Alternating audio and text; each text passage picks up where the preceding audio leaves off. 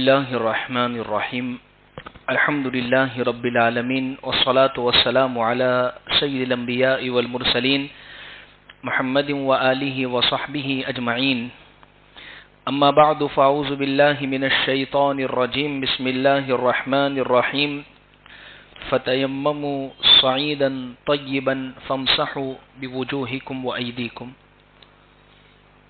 صدق الله العظيم وقال النبي صلى الله عليه وسلم أعطيت خمسا لم يعطهن أحد قبلي نصرت بالرعب مسيرة شهر وجعلت لي الأرض مسجدا وطهورا إلى آخر الحديث أو كما قال عليه الصلاة والتسليم. عزیز بزرگوں، گزشتہ جمعہ آپ حضرات کی خدمت میں پاکی کی فضیلت کیا ہے اس کے بارے میں کچھ باتیں ذکر کی. پاکی کے جو طریقے ہیں وہ طریقے آپ کے سامنے بیان کیے. ایک تو پاکی ہم حاصل کرتے ہیں غسل کر کے، نہا کر، اور ایک پاکی حاصل کرتے ہیں ہم وضو کر کے. اس کے متعلق تفصیلی باتیں آپ کے سامنے ذکر کی کہ غسل میں 3 فرض ہے: کلی کرنا، ناک کی نرم ہڈی تک پانی کا پہنچانا، اور پورے بدن پر اس طرح پانی بہانا کہ کسی جگہ بھی سوکھی نہ رہ جاوے. وضو میں 4 فرض وہ آپ کے سامنے ذکر کیے: پورا چہرہ دھونا، پیشانی کے بالوں سے تھوڑی کے نیچے تک، دونوں کان کی لو تک. دوسرا فرض دونوں ہاتھوں کو کوہنیوں کے ساتھ دھونا، سر کا مسح کرنا تیسرا، اور نمبر 4 دونوں پیروں کو ٹخنوں سمیت دھونا. اب اسی کے قریب قریب ایک مسئلہ ہے، وہ ہے تیمم کا مسئلہ. ہم یہ سمجھتے ہیں کہ تیمم تو کب پیش آئے گا، تیمم کی ضرورت تو کہاں پڑے گی، اس کی اتنی بیان کرنے کی ضرورت بھی نہیں ہے. حالانکہ ایسا نہیں ہے. تیمم کی ضرورت سفر میں پڑ سکتی ہے، تیمم کی ضرورت بیماری میں پڑ سکتی ہے، تیمم کی ضرورت ایسے موقع پر بھی پڑ سکتی ہے کہ ڈاکٹر نے پانی استعمال کرنے سے منع کروا دیا. آنکھ کا آپریشن کیا گیا، اب چہرے پر پانی لگانے سے منع کر دیا گیا ہے. ایسا کوئی آپریشن ہوا ہے جس میں ڈاکٹر نے کئی دنوں تک آپ کو نہانے سے منع کر دیا گیا ہے. تو اب ایسے موقع پر جنابت سے پاکی حاصل کرنی ہے، وضو نماز کے لیے پاکی حاصل کرنی ہے. تو اب یہاں ضرورت پڑے گی تیمم کی. اچھا، اللہ نے قرآن مجید میں مستقل طور پر آیت نازل فرمائی ہے، فَتَيَمَّمُوا صَعِيدًا طَيِّبًا، پاک مٹی سے تیمم کرو. تیمم میں کون سی چیزیں فرض ہیں میں آپ کو ایک تو وہ بتاتا ہوں، دوسرا تیمم کا طریقہ کیا ہونا چاہیے وہ بتاتا ہوں، تیسری چیز تیمم کب کرنا ضروری ہے انشاءاللہ وہ بتاتا ہوں. اس سے پہلے ایک بات یہ سمجھیں، تیمم کا حکم جو نازل ہوا ہے اس کا پس منظر کیا ہوا، یہ کب آیا ہے؟ بہت خوبصورت واقعہ اس کے پیچھے. غزوہ بنی المصطلق یا کوئی اور غزوہ ہے. پیارے آقا صلی اللہ علیہ وسلم ایک غزوے سے واپس آ رہے تھے. راستے کے اندر صحابہ نے ایک جگہ پر پڑاؤ ڈالا، ٹھہرے ایک جگہ پر. اب رات میں رکے ہیں اور فجر کے قریب چلنا ہے، اور آگے جہاں جانا ہے وہاں پانی کا انتظام ہے. جس جگہ ٹھہرے ہیں وہاں پانی نہیں ہے.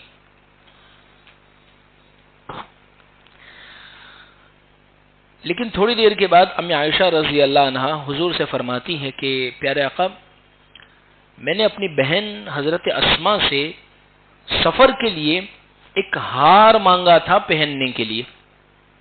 اب وہ میرا ہار مل نہیں رہا ہے، پتہ نہیں کہاں گم ہو گیا ہے. اللہ کے رسول صلی اللہ علیہ وسلم نے پورے قافلے والوں کو وہیں پر روک دیا اور تمام قافلے والوں کو حکم دیا کہ عائشہ کا ہار تلاش کرو.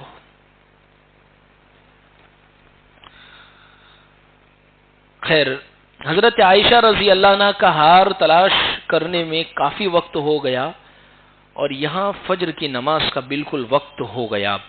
اب سب صحابہ آ کر حضرت ابوبکر صدیق رضی اللہ عنہ سے کہہ رہے ہیں کہ آپ کی بیٹی کی وجہ سے ہوا ہے، اب ہماری نماز کا مسئلہ کیا ہوگا؟ اب پانی تو ہے نہیں ہے قافلے والوں کے پاس، آگے چلتے تو پانی مل جاتا، وضو کرتے نماز پڑھ لیتے، اب پانی نہیں ہے، کیسے کریں گے؟ ہماری نماز کیسے ادا ہوگی؟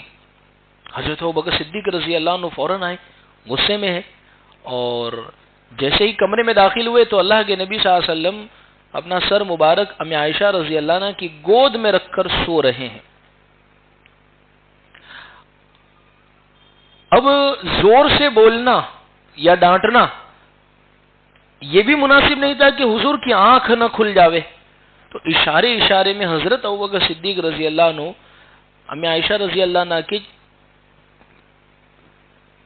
کمر پر یا ان کو ایسے اشارہ کر کے کہا کہ تیری وجہ سے یہ سارے قافلے والے پریشان ہیں، کہ تیرا ہار گم ہوا ہے اور اس کے نتیجے کے اندر سب رکے ہوئے اور لوگوں کی نماز کا کیا ہوگا؟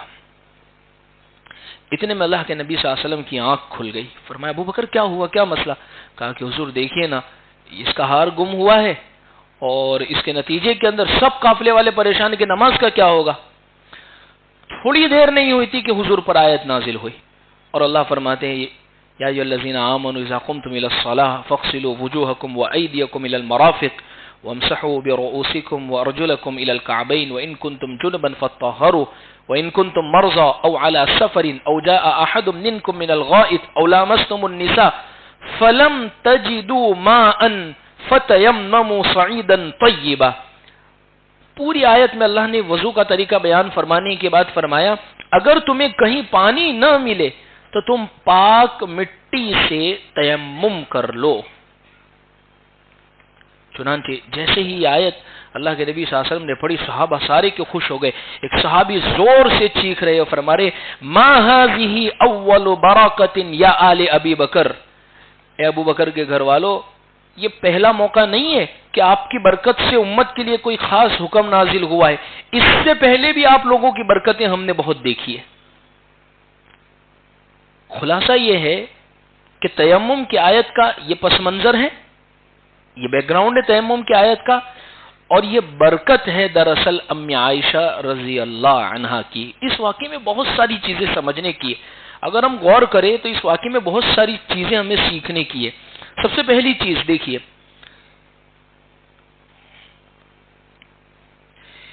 بیوی کے ناز اٹھانا اور اسی طریقے پر ان کی محبت کے اندر ان کے لیے کوئی کام کرنا یہ خلاف شریعت نہیں ہے، بلکہ یہ محبت کو اور زیادہ بڑھانے والا ہے۔ اب یہاں دیکھیے کوئی شریعت کا مسئلہ نہیں تھا کہ جس کی وجہ سے قافلے کو روکنے کی ضرورت پڑی، لیکن امی عائشہ کا ہار کی وجہ سے وہ چنتا میں آ گئی، امی عائشہ رضی اللہ عنہ ہار کی وجہ سے پریشان ہو گئی، تو اللہ کے نبی صلی اللہ علیہ وسلم نے پورے قافلے اور سب کو لگا دیا ہار تلاش کرنے کے اندر۔ تصور کر سکتے ہیں ہم کیا محبت تھی اللہ کے نبی صلی اللہ علیہ وسلم کو امی عائشہ رضی اللہ عنہ سے۔ اس لیے گھر ایسے بنتے ہیں، بعض مرتبہ ہم بھی سفر کے لیے نکلے ہیں اور بیوی کی کوئی چیز پہننے کی ہو، مثال کے طور پر کہ وہ سفر میں پہلے دن کے یہ کپڑے اس کے ساتھ یہ جویلری، دوسرے دن کے یہ کپڑے اس کے ساتھ یہ چیزیں پہننی ہے، تیسرے دن کے یہ ہیں اس کے ساتھ یہ چیزیں پہننی ہے، اب وہ تیسرے دن کی پہننے کی کوئی چیز نہیں مل رہی ہے تو شوہر تیری وجہ سے سب پریشان ہو رہے، خبر پڑی تھے بند کرنے کیا لے کے بیٹھی ہے یہ سب۔ لیکن یہ واقعہ بہت بڑا سبق دے رہا ہے ہمیں کہ اس طریقے پر میاں بیوی میں محبتیں بڑھتی ہے، اور یہ حضور صلی اللہ علیہ وسلم نے عملی طور پر امت کو بتایا ہے۔ یہ ایک موقع نہیں ہے، کئی موقع حدیث پاک کے اندر ایسے ملتے ہیں کہ پیارے آقا صلی اللہ علیہ وسلم نے عملی طور پر، اس لیے تو کہتے ہیں کہ حضور نے جہاں پر کوئی بات فرمائی ہے حدیث میں کہ خیرکم خیرکم لأہلی، تم میں سب سے بہترین انسان وہ ہے جو اپنی بیوی کے ساتھ سب سے اچھا سلوک کرتا ہو، تو وہاں پر اللہ کے نبی صلی اللہ علیہ وسلم نے عملی طور پر پریکٹیکل کر کے بتایا ہے امت کو۔ دنیا کے اندر بہت سارے اسکالرز آئے، بہت سارے ریفارمر آئے ہیں، بہت سارے وقتہ آئے ہیں، بہت سارے اچھے بولنے والے آئے، بہت بڑے بڑے لوگ دنیا میں رونما ہوئے ہیں، لیکن بعض مرتبہ ان کے ساتھ یہ ہوا کہ ان کے کہنے کے اندر اور ان کے کرنے کے اندر بہت بڑا فرق تھا. کہنے کے اندر وہ بڑے ماہر تھے، لیکن عملی زندگی ان کے اندر نہ دارت، کچھ نہیں تھی. میں قربان جاؤں اپنے نبی پر صلی اللہ علیہ وسلم، آپ نے اگر کوئی بات کہی تو آپ کی زندگی میں وہ چیز، صحابہ کو تہجد کا حکم دے رہے ہیں تو پوری پوری رات آپ بھی تہجد پڑھ رہے ہیں، ایسی پڑھتے ہیں کہ پیر پر سوجن اور ورم آ جاتا ہے. صحابہ کو فرمانے ہیں کہ اپنی زندگی کے اندر صبر پیدا کرو. تو جب حضرت ابراہیم رضی اللہ عنہ کا انتقال ہوتا ہے تو آپ نے صبر کر کے بتایا. 6 اولادیں آپ کے سامنے دنیا سے رخصت ہو گئی تو آپ نے صبر کر کے بتایا. لوگ خوف میں آ گئے تو لوگوں کو جب تسلی اللہ کے نبی صلی اللہ علیہ وسلم دے رہے ہیں تو ان تسلی کے اندر وہ خوف سے لڑنے کے لیے سب سے پہلے اللہ کے نبی صلی اللہ علیہ وسلم موجود ہے. خلاصہ یہ ہے، ہر وہ موقع جہاں حضور نے کوئی بات کہی ہے سب سے پہلے عملی طور پر آپ کی. تو خیر یہ تیمم کا پس منظر ہے، یہ تیمم کا بیک گراؤنڈ کہ یہاں سے. اچھا، اس واقعے سے دوسری بات یہ بھی ملتی ہے،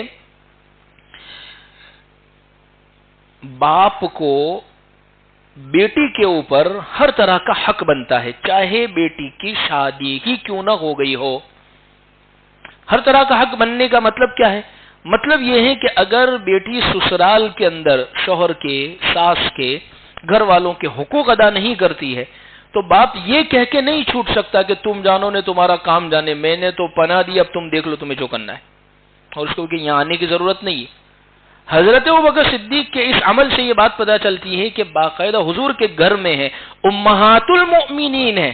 امی عائشہ رضی اللہ عنہ کا مقام نبی کی بیوی ہے، یعنی ہم سب کی امت کی ماں ہوئی ہے. لیکن اس کے باوجود امی عائشہ رضی اللہ عنہ کو کہہ رہے ہیں کہ عائشہ یہ آپ کی وجہ سے ہوا ہے. تو اس لیے اگر شادی بیاہ کے بعد بیٹی کی اگر کوئی غلطی سامنے آتی ہے تو باپ کو حق بنتا ہے کہ ان کو ٹوکے. خیر اور بہت سارے مسائل اس واقعے سے مستنبط کیے ہیں. تو یہ تیمم کا پس منظر ہے، یہ تیمم کا بیک گراؤنڈ ہے کہ اس طریقے پر تیمم کی آیت نازل ہوئی ہے. اور ایک دوسری حدیث میں یہ بات ملتی ہے، اللہ کے رسول صلی اللہ علیہ وسلم فرماتے ہیں کہ مجھے اللہ نے 5 خصوصیت ایسی عطا فرمائی، مجھ سے پہلے کسی نبی کو اللہ نے وہ خصوصیت عطا نہیں فرمائی ہے. 5 خصوصیت حضور کو ایسی دی گئی ہے. سب سے پہلی خصوصیت کہ اللہ کے نبی صلی اللہ علیہ وسلم کو اللہ نے ایسا رعب دیا تھا، ایسا رعب دیا تھا کہ دشمن 1 مہینے کی مسافت دور بیٹھا ہے لیکن حضور کا علم ہوتا تو اس پر خوف طاری ہو جاتا تھا. حضور کے رعب کا یہ عالم تھا. اسی لیے تو فرماتے ہیں کہ حضور جب بیان فرماتے، حضور جب مجلس میں واعظ فرماتے، حضور جب لوگوں کو نصیحت کرتے تو صحابہ کا یہ بیان ہے صرف 2 لوگ حضور کو آنکھ بھر کے دیکھ سکتے تھے، بالکل نگاہ باندھ کر. ایک حضرت ابوبکر صدیق رضی اللہ عنہ اور حضرت عمر رضی اللہ. بہت سارے صحابہ فرماتے رعب کی وجہ سے اور ادب کی وجہ سے ہماری ہمت نہیں ہوتی کہ ہم حضور کو آنکھ بھر کر دیکھ لیں. یہ رعب تھا، یہ حضور کا جلال تھا، یہ حضور کے ادب کا مقام تھا. تو پہلی خصوصیت اللہ نے اپنے نبی کو یہ عطا فرمائی ہے، 1 مہینے دور ہے دشمن لیکن اس پر خوف اور رعب طاری ہو. دوسری خصوصیت وَجُعِلَتْ لِيَ الْأَرْضُ مَسْجِدًا وَطَهُورًا، کہ اللہ نے پیارے آقا صلی اللہ علیہ وسلم کے اس دنیا کی پوری زمین کو مسجد اور پاکی کا ذریعہ بنا دیا. یعنی مسجد کا مطلب پہلے لوگوں کی پہلی شریعت کے اندر جو ان کی عبادتیں تھیں وہ صرف اور صرف ان کی عبادت گاہوں میں ہی ہو سکتی تھی. وہ اگر باہر پڑھنا چاہے، دوسری جگہ عبادت کرنا چاہے تو وہ نہیں کر سکتے تھے. جیسے مثال کے طور پر عیسائی جو تھے وہ اپنے گرجوں کے اندر ہی اپنی عبادت کر سکتے تھے. ان کے لیے کسی اور جگہ پر کھلے میدان میں، پارک کے اندر کسی اور جگہ پر عبادت کرنا ان کے لیے ممکن اور جائز نہیں تھا. لیکن اللہ کے نبی صلی اللہ علیہ وسلم کے صدقے ہمارے لیے پوری کائنات کو، پوری زمین کو اللہ نے مسجد بنا دیا. جس جگہ پر بھی اگر ہم چاہے، نماز کا وقت ہو گیا نیت باندھ لی ہمارے لیے.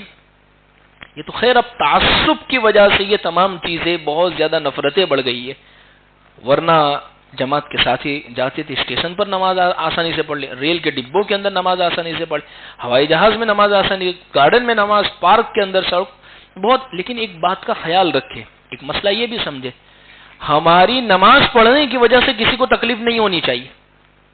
بعض مرتبہ ایسی جگہ پر ہم کھڑے ہو جاتے ہیں، ایسی جگہ پر ہم کھڑے ہو جاتے ہیں نماز پڑھنے کے لیے جو لوگوں کی عام گزرگاہ ہوتی ہے، گزرنے کی جگہ ہوتی ہے، یعنی لوگ وہاں سے بار بار گزر رہے ہوتے، جیسے ریل گاڑی کے اندر۔ اب ایسی جگہ پر کھڑے ہو گئے ہیں اور پوری پوری جماعت باندھ کر ہم کھڑے ہو گئے، نہ کوئی فکر ہے، نہ پیچھے مڑ کر دیکھ رہے کہ مسافروں کو تکلیف ہو رہی، نہیں، ہمیں اپنی نماز، تو ایسی بھی نماز پڑھنے سے منع فرمایا، اس طریقے پر بھی کرنے سے منع فرمایا گیا ہے۔ تو پہلا مسئلہ تو اس سے یہ معلوم ہوا، اور دوسرا مسئلہ کہ پوری زمین کو پاکیزہ بنا دیا ہے نبی صلی اللہ علیہ وسلم کے لیے، یعنی اگر پانی موجود نہیں ہے تو زمین کی مٹی موجود ہے، تو مٹی پر ہاتھ مارو اور تیمم کر لیں گے تو انشاءاللہ تیمم ادا ہو جائے گا۔ یہ دو خصوصیت ہو گئی۔ تیسری خصوصیت اللہ کے نبی صلی اللہ علیہ وسلم کو جو اللہ نے عطا فرمائی ہے، وہ تیسری خصوصیت یہ ہے کہ مال غنیمت حضور کے لیے حلال، پہلے انبیاء کے لیے مال غنیمت حلال نہیں تھا، اللہ کے نبی کے لیے مال غنیمت حلال کر دیا۔ اور چوتھی خصوصیت یہ عطا ہوئی ہے کہ حضور کو شفاعت کا حق ملا ہے۔ اور پانچویں خصوصیت یہ ہے کہ اللہ کے نبی صلی اللہ علیہ وسلم کو تمام مخلوق کی جانب نبی بنا کر بھیجا۔ پہلے نبی جو ہے وہ خاص قبیلے کے لیے، قوم کے لیے، امت کے لیے، کسی گروہ کے لیے، کسی علاقے کے لیے، کسی بستی کے لیے آتے تھے۔ حضور کی نبوت پوری کائنات کے لیے، پوری کائنات کے لیے، یعنی اس دنیا کے اندر آخری کونے میں بھی، اینڈ آف دی ورلڈ میں بھی اگر کوئی رہتا ہے تو وہ بھی نبی کا امتی ہے، چاہے امت اجابت ہے یا امت دعوت ہے، لیکن وہ نبی صلی اللہ علیہ وسلم کا امتی ہے۔ حضور کی دعوت ان تک پہنچانا یہ ضروری ہے۔ تو یہ 5 خصوصیت عطا ہوئی ہے۔ خیر، میں مسئلہ یہ ذکر کر رہا ہوں کہ تیمم کے لیے، تو تیمم کا پس منظر قرآن کی وہ آیت، اور دوسری بات حضور نے فرمایا حدیث پاک میں کہ تمام کائنات کو اللہ کے نے امت کے لیے پاکی کا ذریعہ یعنی مٹی کو پاک بنایا۔ اب تیمم کرنا کیسے؟ سب سے پہلے یہ ذہن میں رکھیں، تیمم ایسے شخص پر فرض ہوتا ہے جو پانی کے استعمال کرنے پر قادر نہ ہو، قدرت نہ ہو پانی کے استعمال کرنے کی، یا تو پانی ہے نہیں ہے، یا پانی تو موجود ہے لیکن پانی کا استعمال اس کے لیے نقصان دہ ہے۔ ایسی بیماری ہے کہ ڈاکٹر نے پانی استعمال کرنے سے منع فرمایا۔ جیسے بہت سارے ساتھی پوچھتے بھی ہے کہ اب ہم وضو نہیں کر سکتے تو اب تو ہم نماز نہ پڑھے، ہم جنوبی حالت میں، ناپاکی کی حالت میں، احتلام ہو جاتا ہے، بیوی سے صحبت ہو جاتی ہے، اب ہم ناپاک ہو گئے تو اب ہم غسل نہیں کر سکتے، پانی کا استعمال نہیں کر سکتے، تو اب ہم نماز بھی نہیں۔ ایسا نہیں ہے، آپ تیمم کریں گے تو بڑی ناپاکی سے بھی پاک ہو جائیں گے اور چھوٹی ناپاکی سے بھی پاک ہو جائیں گے، یعنی بڑا غسل بھی ہو جائے گا اور وضو بھی تیمم سے ہو جائے گا۔ تو 2 چیزیں آپ کو ذہن میں رکھنی ہے، پانی ہے نہیں ہے، بھئی کتنا نہیں ہے، ایسی جگہ پر ہے کہ اگر آگے 1 کلومیٹر تک میں جاتا ہوں تو وہاں بھی پانی نہیں آئے گا، پیچھے دائیں بائیں جانب 1 کلومیٹر تک پانی نہیں ہے، اور اگر تلاش کرنے کے لیے نکلوں گا تو نماز کا وقت چلے جائے گا، تو اب وہ شخص پانی استعمال کر سکتا ہے۔ بیماری کا بڑھنے کا خطرہ ہے یا بیماری ہونے کا خطرہ ہے تو پانی کے استعمال کو منع کیا، تو ایسا شخص بھی تیمم کر سکتا ہے۔ تیمم کے اندر 3 چیزیں فرض ہے، 3 چیزیں فرض ہے، بس 3 ہی کام کرنا ہے تیمم کے اندر۔ کیا کرنا ہے؟ سب سے پہلے تو تیمم کے اندر نیت کرنا فرض ہے۔ تیمم میں نیت کا مطلب زبان سے کہنا ضروری نہیں ہے، نیت ہر جگہ جہاں بھی آتی ہے، چاہے وہ فرض نمازوں میں ہو، عید کی نماز میں ہو، بقرعید کی نماز میں ہو، جنازے کی نماز میں ہو، قربانی کے اندر ہو، ہر جگہ پر نیت صرف دل کے ارادے کا نام ہے۔ آپ نے دل میں سوچ لیا، بس وہ ہو گئی آپ کی نیت۔ تو پہلی چیز تو نیت کرنا۔ دوسری چیز، 2 چیزیں جو فرض ہے، اور زمین یا زمین کی جنس سے جو مٹی ہو اس کے اوپر مسح کرنا، اور تیسرا فرض یہ ہے چہرے اور ہاتھ کے اوپر مسح کرنا۔ بس یہ 3 چیزیں، ایک تو پاک مٹی ہو اور ساتھ میں چہرے اور ہاتھ پر مسح کرنا۔ تیمم کے اندر سر کا مسح یہ ضروری نہیں ہے، پیر کا مسح یہ ضروری نہیں ہے، تیمم میں صرف چہرے اور ہاتھ کا مسح ضروری ہے۔ اب اس کا طریقہ کیا ہونا ہے؟ زمین اور زمین کی جنس سے، جیسے مثال کے طور پر پلاسٹک کے اوپر تیمم نہیں کر سکتے، لکڑے کے اوپر تیمم نہیں کر سکتے، لوکھنڈ کے اوپر تیمم نہیں کر سکتے، ایسی چیز جو مٹی ہو، زمین کی جنس سے ہو۔ اور زمین کی جنس کا مطلب اگر اس کو آگ میں جلاوے تو نہ جلے اور اس کو پگھلاوے تو نہ پگھلے، یعنی یہ زمین کی جنس میں سے، یعنی یہ زمین کی چیز مٹی میں سے ہے، پتھر میں سے۔ اب اس کے اوپر مٹی لگی ہوئی ہے، اینٹ لے لی آپ نے، یا اسی طریقے سے زمین کے اوپر مٹی لگی ہے اور زمین پر مٹی موجود ہے تو اس کے اوپر مٹی کے اوپر آپ ہاتھ ماریں گے پہلی مرتبہ، اور ہاتھ کو آگے لے جائیں گے اور پھر پیچھے لائیں گے، تیمم کا طریقہ. پھر اس کے بعد پورے چہرے کو آپ اس طریقے پر دھوئیں گے، پورا مکمل چہرہ، ناک وغیرہ پورا چہرہ، جس طریقے سے غسل کے وضو کے اندر کرتے اسی طریقے سے ہاتھ مارنے کے بعد اس کو پورا چہرہ دھونا. یہ ایک فرض آپ کا ادا ہو گیا. دوسرا فرض دونوں ہاتھوں کو دھونا ہے. پہلے بائیں ہاتھ سے دائیں ہاتھ کو دھونا ہے. ہم پہلے دائیں ہاتھ ہی دھوتے، غسل کے اندر بھی دائیں طرف ہے، وضو میں بھی دائیں ہاتھ ہے، ہر چیز میں پہلے دائیں. تو اب دائیں ہاتھ کو دھونا ہے تو اس کے لیے بایاں ہاتھ استعمال کرنا ہے. مٹی ماری، ہاتھ آگے پیچھے کیا. اچھا بعض مرتبہ ایسا بھی ہوتا ہے کہ بہت زیادہ مٹی آ گئی تو پورا منہ کالا نہیں کر دینا ہے، بہت زیادہ اگر مٹی آ گئی تو اس کو جھاڑ لینا ہے، پھونک مار لینی ہے، بس ہلکی پھلکی آ گئی بس وہ کافی ہے. دوسرا فرض یہ ہے کہ دونوں ہاتھوں کو دھونا. پہلے بائیں ہاتھ سے ہم شروع کریں گے، آگے پیچھے کر لیا، پھونک مار دی، ہاتھ کو جھاڑ لیا، اور اس کے بعد ہم پہلے نیچے سے یوں شروع کریں گے، یوں ہاتھ لائیں گے، یوں کیا، انگوٹھا اور یہ شہادت کی انگلی کو چھوڑ دیں گے. دونوں ہاتھ کو پہلے نیچے سے یوں لائے اور پھر اس کے بعد اوپر سے یوں مکمل ہاتھ لے جائیں گے. یہ سیدھا ہاتھ ہو گیا. اور پھر اس کے بعد الٹے ہاتھ کو اسی طریقے سے نیچے سے یوں ہاتھ لائے، شہادت کی انگلی اور انگوٹھے کو چھوڑ دے، نیچے سے یوں مکمل ہاتھ لائے، چھوڑ دیا، اور پھر اس کو پورا مکمل لے گیا. بس یہ دو کام آپ نے کر لیے ہیں، آپ کا تیمم ادا ہو گیا ہے. اب آپ پر غسل واجب ہو چکا ہے جنابت کی وجہ سے، احتلام کی وجہ سے، بیوی کے ساتھ صحبت کرنے کی وجہ سے. تو ایک مرتبہ پہلے یہ غسل والا کر لے، پھر وضو کے لیے پھر واپس سے تیمم کر لے، تو انشاءاللہ آپ کا وضو بھی ہو جائے گا اور غسل بھی اس طریقے پر ہو جائے گا. تو الغرض عزیز بزرگوں، یہ تیمم ہے اور اس طریقے پر تیمم ادا کیا جائے گا. اور تیمم یہ ہمارے لیے بہت بڑی نعمت ہے. ابو داؤد شریف میں ایک واقعہ لکھا ہے کہ ایک مرتبہ ایک صحابی کو غسل جنابت کی ضرورت پیش آ گئی اور ان کے سامنے یہ بات ابھی نہیں آئی تھی. تو دوسرے صحابی نے فرمایا کہ آپ کے لیے تو اچھا وہ جس جگہ پر تھے بہت سخت سردی تھی، بہت سخت سردی تھی. تو انہوں نے فرمایا کہ آپ کے لیے تو اب نماز کا وقت ہو رہا ہے تو نہانا آپ کے لیے بہت ضروری ہے. تو لہذا ٹھنڈے پانی کا انتظام کیا سخت سردی کے اندر، اور انہوں نے غسل کیا. غسل کرنے کے بعد سخت ان کو سردی لگی، فجر پڑی اور اس کے بعد ظہر کے قریب قریب ان کا انتقال ہو گیا. اللہ کے نبی صلی اللہ علیہ وسلم، ابو داؤد شریف میں یہ واقعہ موجود ہے. اللہ کے نبی صلی اللہ علیہ وسلم کو جب یہ بات کا علم ہوا تو فرمایا کہ آپ لوگوں نے ان کو مار دیا. کیا آپ کو یہ حکم معلوم نہیں ہے کہ جب پانی نقصان دینے والا ہو تو ایسے موقع پر تم 2 ضرب مار لو، 2 مرتبہ زمین پر ہاتھ مار لو، ایک مرتبہ چہرے کے لیے اور ایک مرتبہ دونوں ہاتھوں کو دھونے کے لیے. اگر یہ کر لیتے تو تمہارا وضو ادا ہو جاتا، جنابت ادا ہو جاتی اور غسل ادا ہو جاتا. تو اگر جان کا خطرہ آ رہا ہے تو ایسے موقع پر بھی تیمم کی اجازت ہے اور یہ گنجائش ہے. تو الغرض عزیز بزرگوں، یہ تیمم کا مسئلہ آپ کے سامنے ذکر کیا. اللہ سے دعا ہے اللہ ہمیں ان باتوں پر عمل کی توفیق عطا فرمائے. وآخر دعوانا ان الحمد للہ.